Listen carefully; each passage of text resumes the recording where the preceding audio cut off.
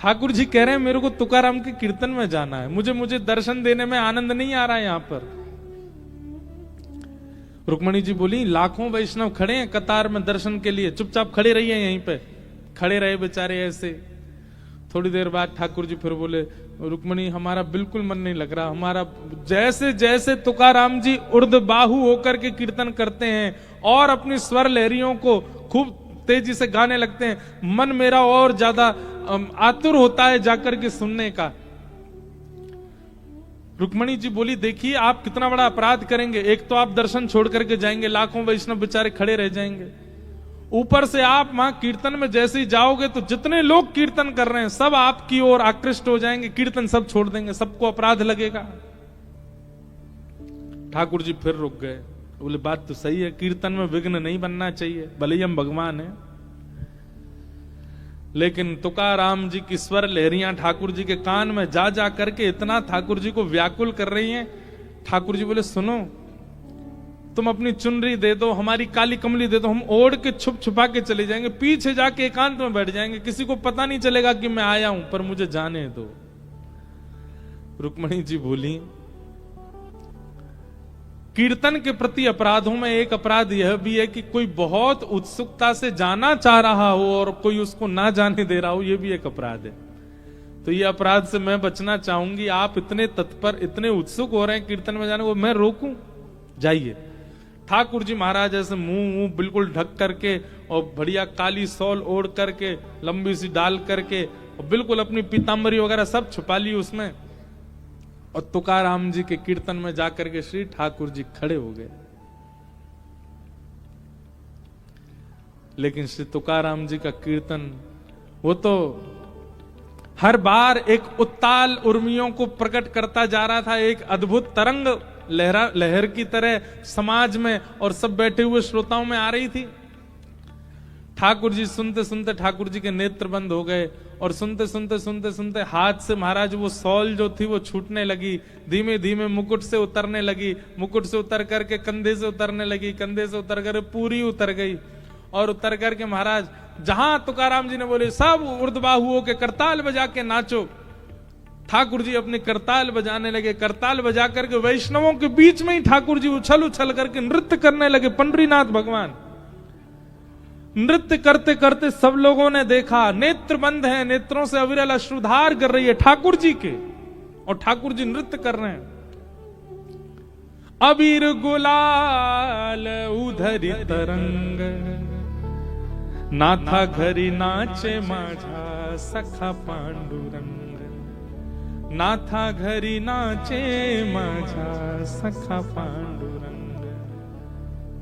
पंडरीनाथ भगवान नृत्य कर रहे हैं। और वाणी जी में तो ऐसा आता है वर्णन, नाचते नाचते नाचते ठाकुर जी इतने आनंद में भर गए, इतने आनंद में भर गए कि नृत्य करते करते ठाकुर जी की पीतांबरी खुलने लगी, धीमे धीमे अंग वस्त्र नीचे उतरने लगा, और ठाकुर जी को सुध बुध ही नहीं है। तुकाराम जी के कीर्तन में ठाकुर जी उछल उछल के नृत्य कर रहे हैं। ऐसे श्री तुकाराम जी। तो ये भाव हमने क्यों गाया? सूरदास जी कह रहे हैं ये संत भी चोर हैं। बोले क्यों? क्योंकि इन संतों ने त्रिभुवन ठाकुर जी का चित्त अपने वश में कर लिया। संत चोर हरि ही चुराए, जो त्रिभुवन बेस्तारे।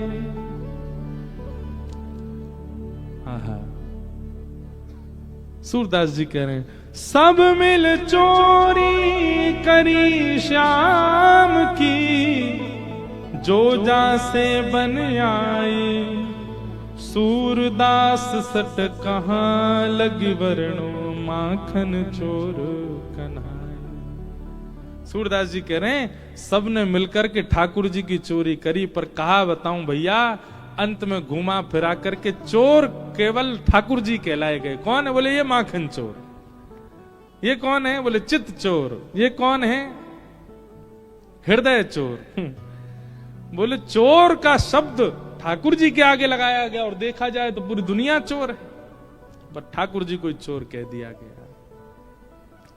हैं भैया वो चोर, पर वो चोरी उन वस्तुओं की नहीं करते जो पहले से चुराई जा चुकी हैं, उन वस्तुओं की करते हैं जो बिल्कुल नवीन है, अभी सील पैक है, बिल्कुल निकली नहीं है, किसी की दृष्टि पड़ी नहीं है। हमारे चित्त को ऐसा बनाने की क्षमता केवल संतों में, केवल कथा में, केवल सत्संग में। हमारा चित्त सब जगह से ला करके इकट्ठा कर दिया जाएगा और फिर जब द्वारिकाधीश के सन्मुख जाओगे हरण कर लेंगे। ऐसे परम सत्य परमात्मा को हम बारंबार प्रणाम करते हैं। सत्यम परम धीमहि, वो चोर है पर फिर भी परम सत्य है। संसार में व्यक्ति जो होता है वो वही दिखता है, पर ठाकुर जी हैं चोर पर दिखते कैसे? बोले परम सत्य।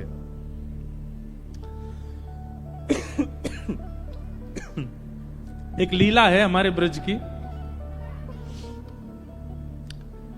कि दुर्वासा जी आए, बड़ी प्रसिद्ध लीला है। तो दुर्वासा जी यमुना पल्ली पार आके बैठ गए। सब गोपी गई ठाकुर जी के पास, बोले लाला, बोले हम बे बताओ क्या बात है?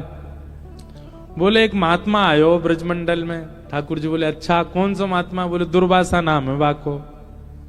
गोपी से ठाकुर जी बोले तो कहा काम है? मोते कहा काम बताओ। बोले हम सब उनको दर्शन करनो चामे, हम सब उनको प्रणाम करनो चामे।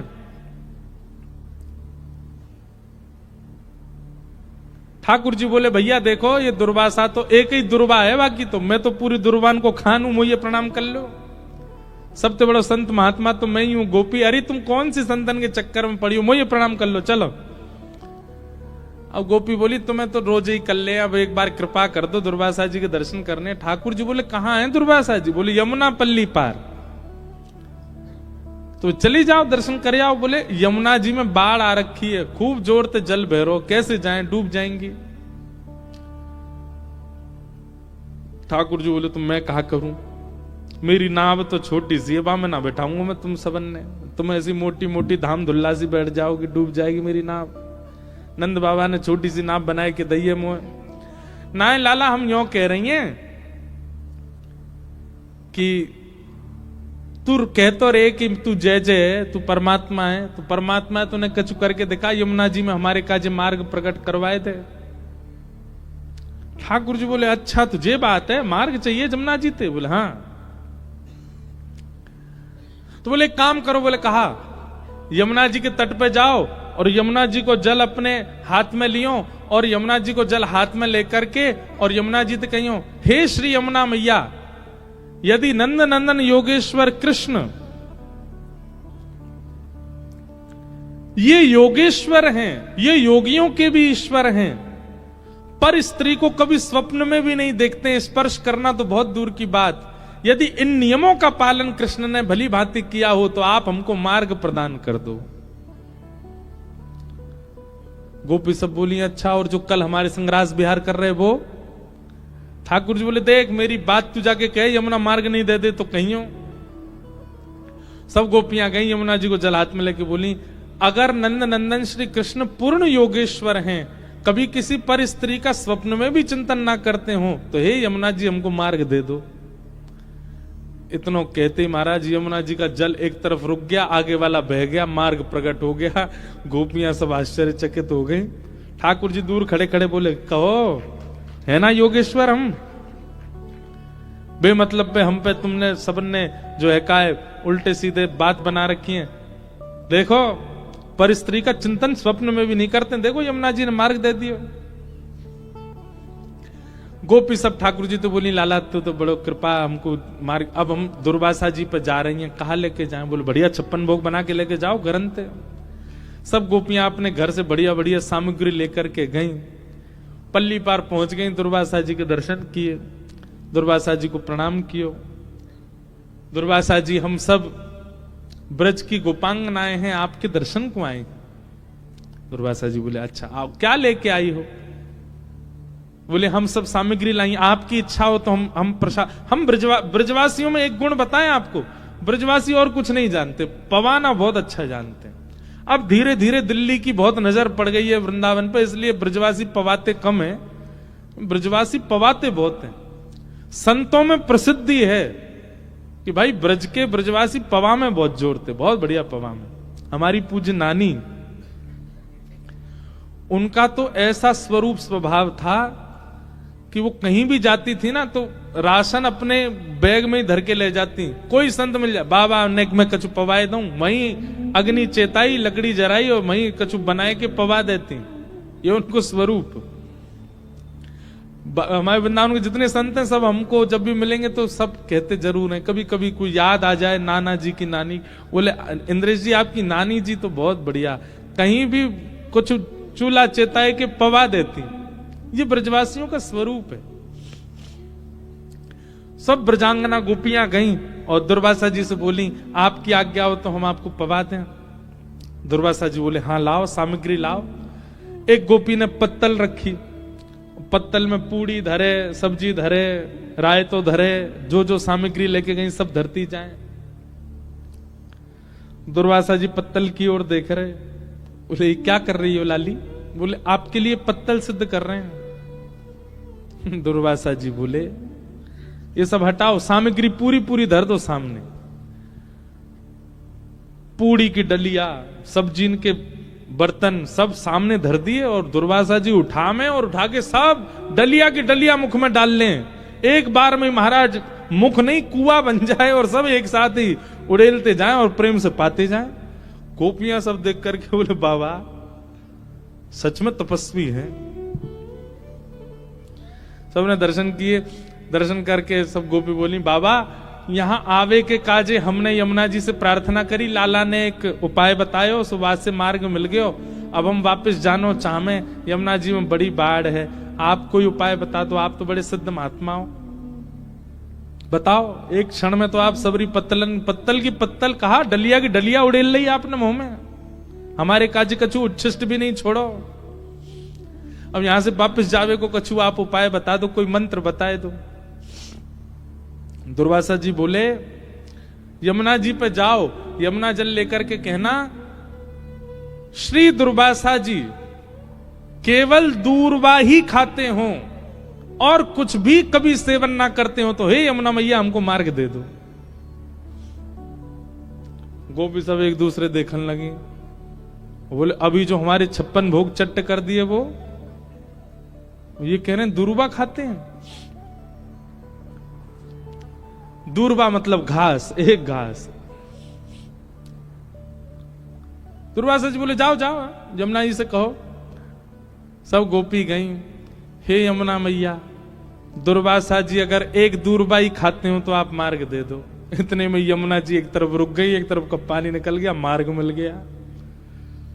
सब गोपियां उस पर पार हो गई, पर ताम्रवर्ण हो रहा था सबके मुखमंडल का। पल्ली तरफ ठाकुर जी खड़े। ठाकुर जी कहो गोपी दर्शन है गए दुर्वासा जी के, कैसे रहे दर्शन?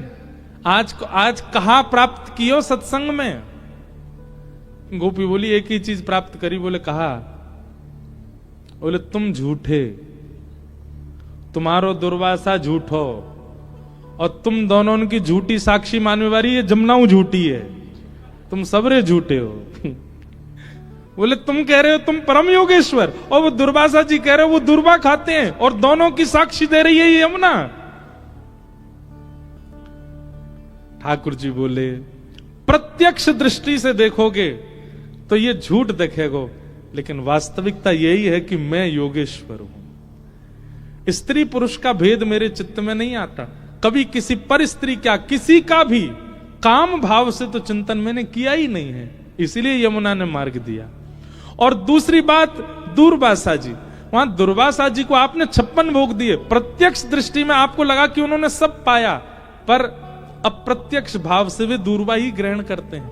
उनका किसी वस्तु के प्रति कभी पूड़ी खाई, सब्जी खाई, खीर खा गए, कड़ी खा गए, ये प्रत्यक्ष दिखा, पर उनके मन ने कुछ भी स्वीकार नहीं किया।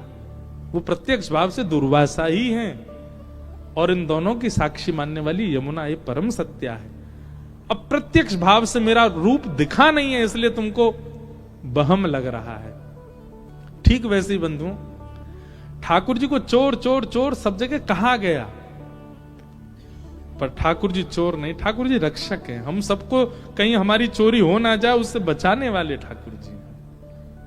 ऐसे परम सत्य श्री ठाकुर जी को हम प्रणाम करते हैं। सत्यम परम धीमहि, ऐसे परम सत्य परमात्मा को हम वंदन करते हैं। श्रीमद् भागवत के द्वितीय श्लोक में विषय, अधिकारी, संबंध और प्रयोजन, 4 बातें बताई गई। धर्म प्रोजित कैतवोत्र परमो निर्मत्सराणां सतां, वैद्यं वास्तवमत्र वस्तु शिवदं तापत्रयोन्मूलनम्।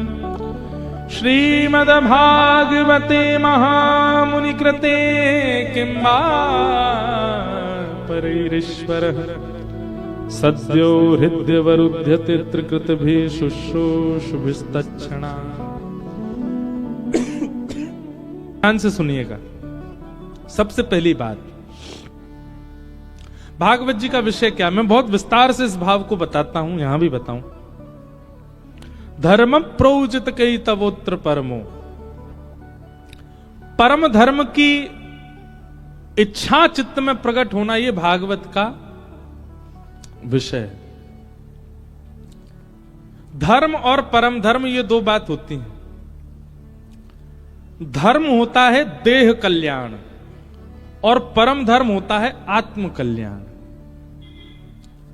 आप भोजन करते हैं, आप सोते हैं, आप जलपान करते हैं, ये सब धर्म कहलाते हैं। आप 10 बजे सो जाते हैं, 11 बजे तक नहीं उठते हैं, यह भी धर्म है। आप 4 बजे सुबह उठ जाते हैं, यह भी धर्म है। आप दर्शन के लिए द्वारिका जाते हैं, यह भी धर्म है। आप परिक्रमा प्रदक्षिणा करते हैं पैरों से, यह भी धर्म है। पर परम धर्म क्या है? परम धर्म जहां देह प्रधान नहीं है, आत्मा प्रधान है, उसको परम धर्म कहा जाता है। कथा सुन रहे हैं, ये क्या है? ये परम धर्म है। यहां देह प्रधान नहीं है।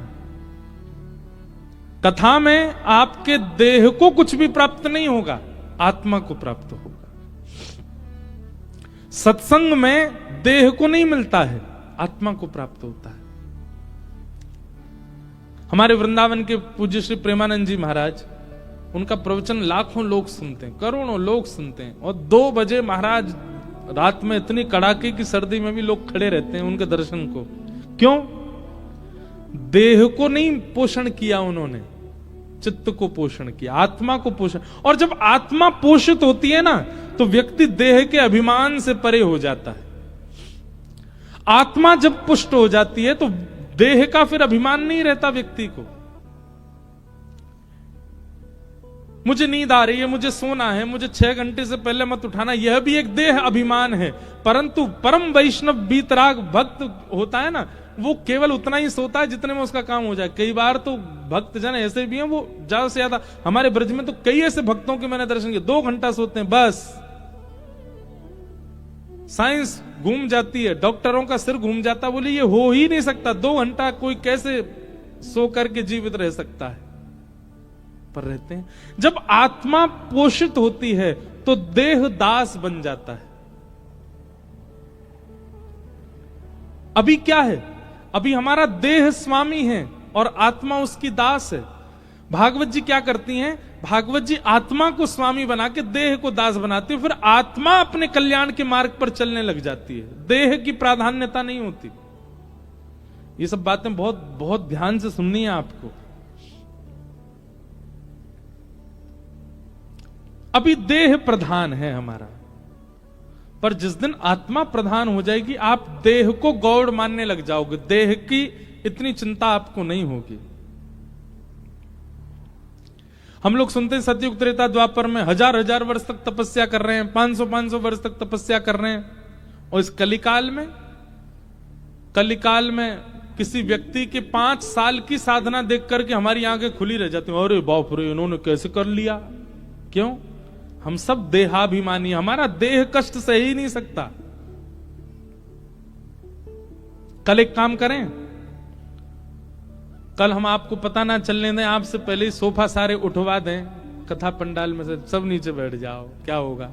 ओ ये कैसे होगा महाराज जी, बिना सोफा के कैसे बैठे, हमारे तो पाम दर्द करते हैं, हमारे तो घुटने में ये पड़ा है, ये है।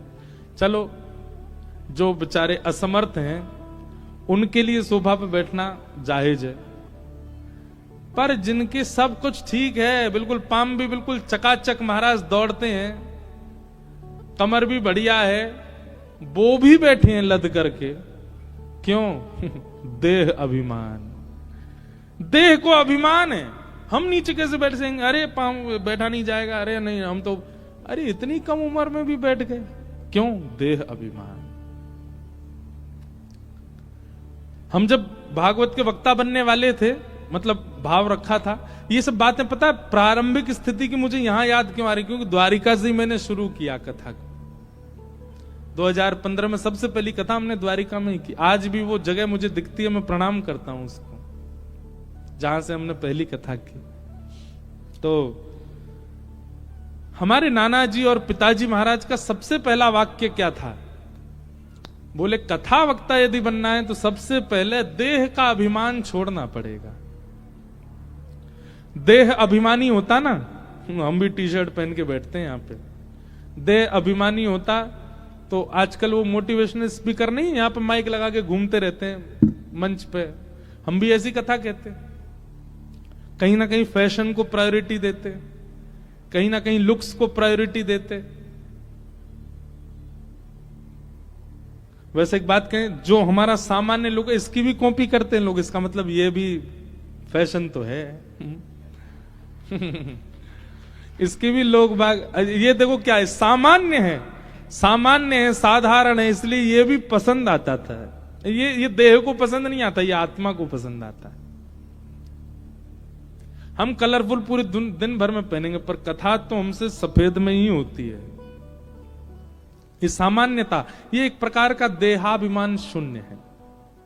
देह अभिमानी होता तो फिर यहां पर वही पहना जाता जिससे और अच्छे लगे, पर नहीं। देह अभिमानी होता तो पांव लटका के बैठते, या व्यासपीठी ऐसी बनाते कि बैठते यहां पे पांव नीचे चले जाएं, पर नहीं, एक आसन में बैठना, हिलना भी नहीं, डुलना भी। क्यों? देहाभिमान शून्य। दो प्रकार होते हैं, या तो देहाभिमान शून्य बनना पड़ता है, या फिर भक्ति के मार्ग में जब आपका चित्त वृत्ति कहीं और होती है ना, तो देह अभिमान शून्य अपने आप हो जाता है। कई बार आपने देखा, आप किसी चिंतन में होते हो तो चिंता करते करते करते पता चल रहा इतनी गर्मी में भी पंखा नहीं चला, एसी नहीं चला, पसीने आ रहे हैं, पर उस चिंतन में इतने तत्पर थे कि आपको गर्मी का अनुभव नहीं हुआ। देहाभिमान कहां गया? जहां चित्तवृत्ति थी, उस चित्तवृत्ति के जहां होने पर, वहां होने पर देहाभिमान चला जाता है। तो कई बार कथा करने वाले और सुनने वाले के केंद्र बिंदु में द्वारिकाधीश होते हैं, उसको फिर अनुभव नहीं होता पैरों की पीड़ा, कमर की पीड़ा या कोई और पीड़ा।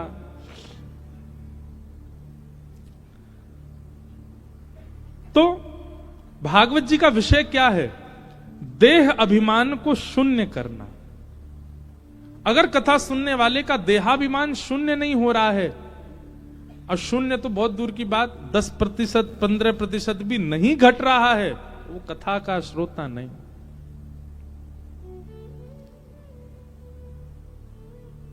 जो प्रायोरिटी संसार का व्यक्ति अपने देह को देता है, वो वैष्णव नहीं देता। वो देह से सर्वथा अंतरंगी हो जाता है।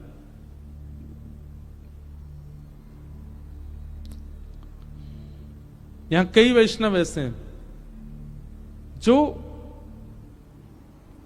नाथद्वारा उत्सव में भी थे, उसके पूर्व के कथाओं में भी थे, तो यहां भी आए। क्यों आए? और वो बेचारे कहां रह रहे हैं, क्या पा रहे हैं, मुझे तो वह भी नहीं पता, पर आ रहे हैं सब जगह। क्यों? देहाभिमान शून्य। और उनको चिंता भी नहीं होती, वहां जाके देख लेंगे, कुछ व्यवस्था तो हो ही जाएगी, पा लेंगे। इतना देहाभिमान तो हम में भी है कि हम कहीं कथा करने जाते हैं तो पहले ही पूछते हैं व्यवस्था कैसी, कहां रुकेंगे, कहां सोएंगे, कहां। पर श्रोता तो वक्ता से भी ज्यादा देहाभिमान शून्य होते हैं।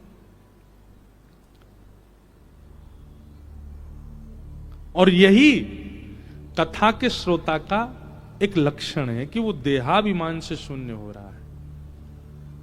और जैसे आप देहाभिमान शून्य होने लग जाते हैं, आप आत्म कल्याण के मार्ग पर अग्रसित होने लग जाते हो। फिर आपकी आत्मा का कल्याण प्रारंभ हो जाता है, क्योंकि आपको देह का अभिमान नहीं है। हमारी बात समझ रहे हैं ना? जब तक देह प्रायोरिटी है, इसका मतलब यह नहीं है कि मोटा हो रहा है तो हुन दो, काय को वॉक करना। महाराज जी कह रहे थे देहाभिमान शून्य हो जा, पड़े रहो, सोते रहो।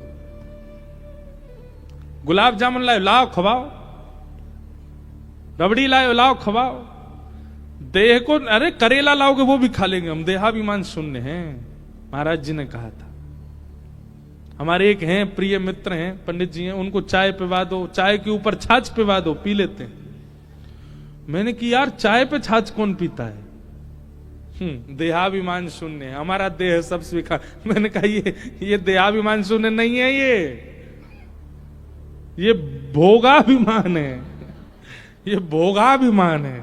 कुछ भी खिला दो सब खा रहे हैं, कुछ भी दे दो सब ले रहे हैं, ये भोगाभिमान है, ये देहाभिमान शून्य नहीं है।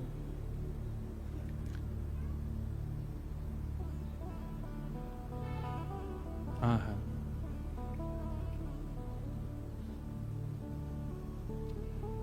देहाभिमानी कैसा होता है? देहाभिमान शून्य व्यक्ति कैसा होता है?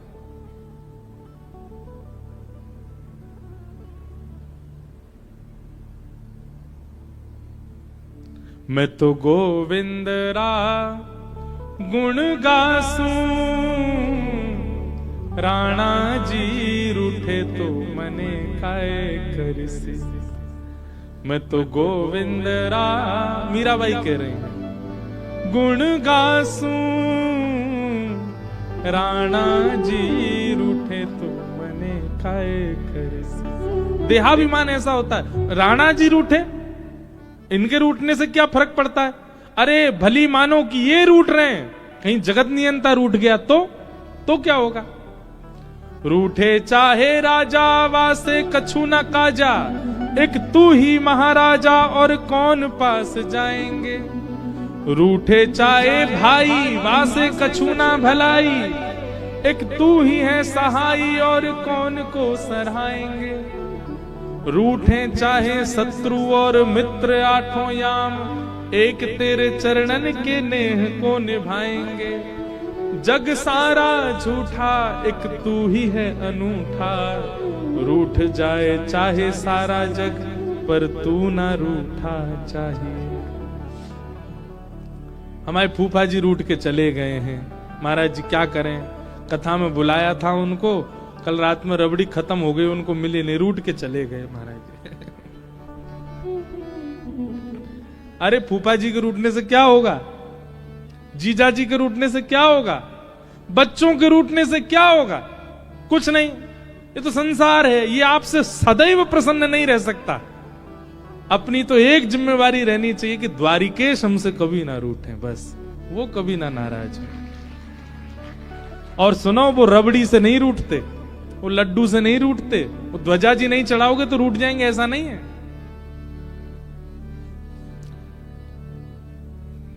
इन सब से नहीं रूठते ठाकुर जी। ठाकुर जी तो केवल एक चीज से रूठते हैं, आप कभी भी किसी भक्त का अपमान मत करना, वो उससे रूठते हैं बस। आप चाहे कितने भी पाप कर लो, कितने भी गलत कार्य कर लो, ठाकुर जी रूठते नहीं। बस हाँ, ये कि पाप की मात्रा ज्यादा होती है, ठाकुर जी के कोई नहीं बेटा, अपने आप कर तो रहे, भोग लेगा अपने आप ही, हमें क्या। लेकिन अच्छा बच्चा संभलने की कोशिश कर, ठाकुर जी की भावना ऐसी रहती।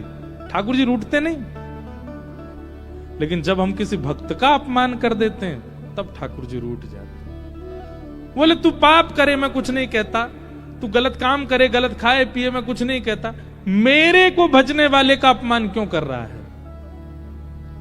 सबसे बड़ा ठाकुर जी के रूठने का कारण है कि कोई भक्त नाराज हो जाए आपसे। इसलिए कभी कोई भजन करता आपसे रूठे ना, ये प्रयास करते चलो बस। देहाभिमान शून्य व्यक्ति हो जाए। मीराबाई, कहो तो कुसुमल साड़ी रंगा, कहो तो कुसुमल साड़ी रंगा, कहो तो कुसुमल साड़ी। देहाभिमान शून्य है, कहो तो भगवा भेष, कहो तो भगवा भेष। हम एक दिन अगर मनेगा ना मन, तो श्री मीराबाई सा द्वारिका में कैसे ठाकुर जी में विलीन हुई वो कथा सुनाएंगे। बहुत करुण और विरही कथा है, पर एक दिन मन होगा तो कहेंगे। कहो तो मोतियन मांग भरावा, कहो तो मोतियन मांग भरावा, कहो तो मोतियन मांग भरावा, कहो तो मोतियन मांग भरावा। मीराबाई के पास कोई जड़ाऊ साड़ी लेकर के आ जाए, मीराबाई कहती इसको पहनने से क्या होगा। कोई कह देता मीरा तू सुंदर लगेगी, सब तुझको देखेंगे। मीराबाई नहीं पहनती थी, पर कोई आके कह देता अरे ऐसे ही लहंगा गोपियां पहन के जाती थी, तभी श्याम सुंदर देखते थे। तुरंत मीराबाई पहन लेती, क्यों? श्याम सुंदर देखेंगे। किसी संत को देख लेती भगवा वेश में, कहती आप संत ऐसे रूप में क्यों रहते हैं? बोले इससे ठाकुर जी की दृष्टि रहती है। मीराबाई भी भगवा वेश धारण करके रखती। कहो तो मोतियन मांग भरावा, कहो चिटकावा केश। एक दिन मीराबाई अपने केश ही उतारने को तैयार हो गई। क्यों? हमने सुना है कि बिना केश के रहने से ठाकुर जी को अच्छा लगता है। ये देहाभिमान शून्य है। देहाभिमान शून्य की परिभाषा है ये सब जो यहां बैठे हैं। जिन भेषा मेरो गिरधर रीझे, जिन भेषा मेरो गिरधर रीझे, जिन भेषा मेरो गिरधर रीझे, जिन भेषा मेरो गिरधर रीझे, सोही भेष धरूंगी हो, सोही भेष धरूंगी। अरे हाँ, सोही भेष धरूंगी हो, मैं तो सोही भेष धरूंगी। अरे हो मैं बैराग हूँगी, करताल बजा के गाओ। हे हूँगी मैं बैराग हूँगी, मैं बैराग। यही है देहाभिमान शून्य।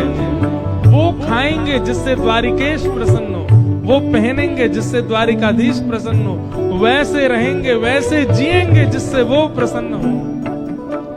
जिन भेषा मेरो साहिब रीझे, जिन भेषा मेरो साहिब रीझे, जिन भेषा मेरो गिरधर रीझे,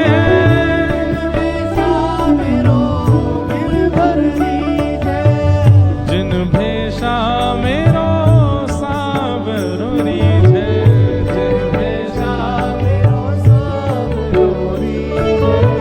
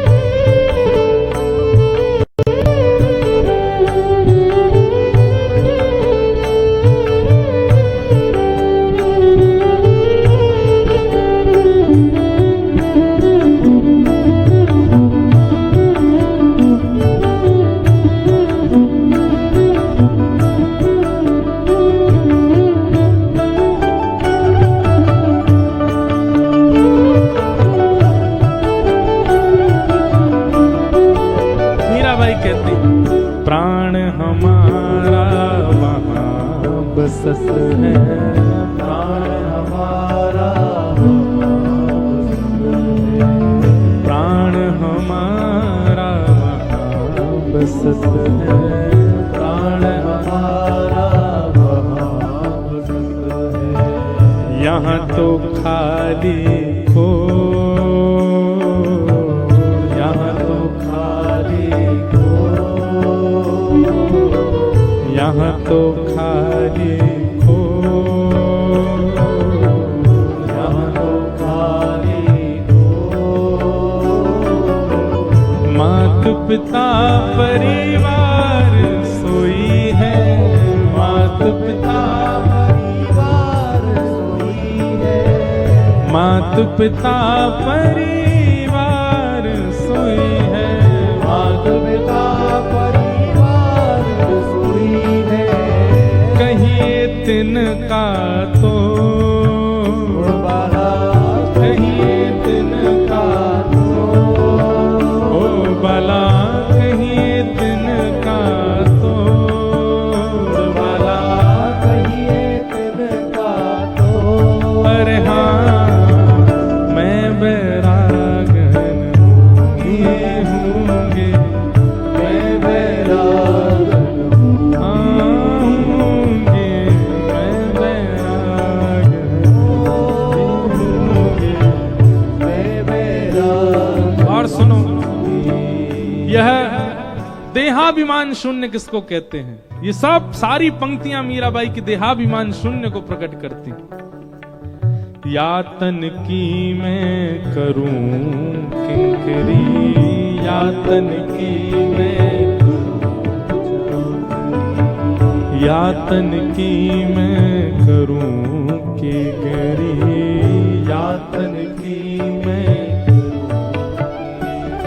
ओ रसना नाम कहूंगी, रसना नाम रसना नाम कहूँगे, रसना नाम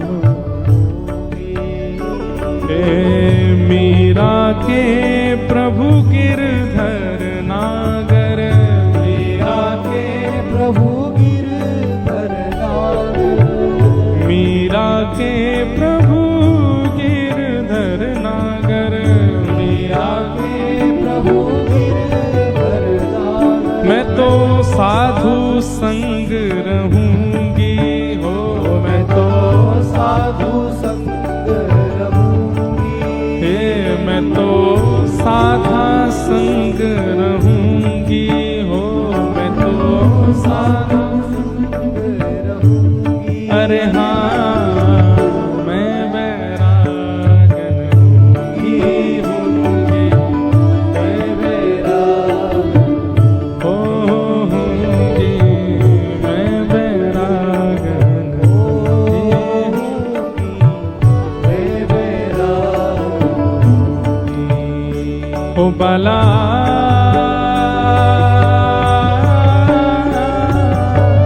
मैं बैरागन हूँगी, हूँगी मैं बैरागन होंगी, मैं बैरागन होंगी, मैं बैरागन होंगी, होंगी, मैं बैरागन हे हूँगी, मैं बैरागन हूँगी, मैं बैरागन हाँ हूँगी, मैं बैरागन हूँगी। मैं बैरागन।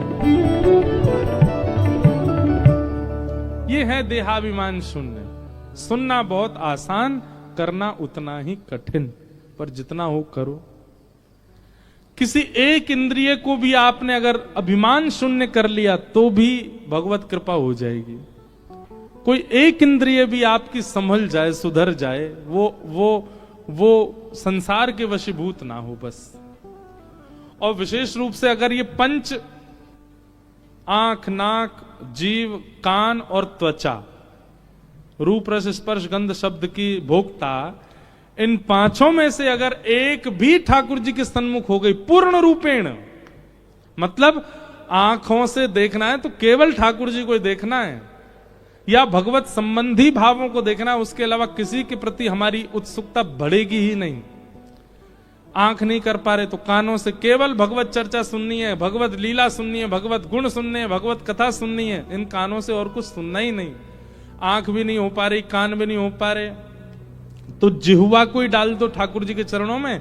इस जीव से केवल प्रसाद ग्रहण करेंगे। प्रसाद के अलावा कुछ भी, कितने भी बहुव्यंजन क्यों ना बने हो, भगवत प्रसाद नहीं है तो ग्रहण नहीं करेंगे।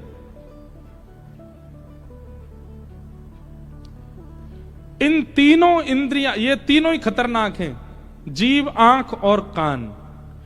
इन तीन में से तीनों नहीं, एक भी यदि भगवत सन्मुख हो जाए पूर्ण रूपेण, तो भी भगवत प्राप्ति संभव है, संभव है, संभव है। हम व्यासपीठ से कह रहे हैं, हमारी जिम्मेवारी बनेगी, आपकी हमारी जिम्मेवारी है कि मिलेंगे ठाकुर जी, बस इन तीन में से एक भी भगवत सन्मुख हो जाए।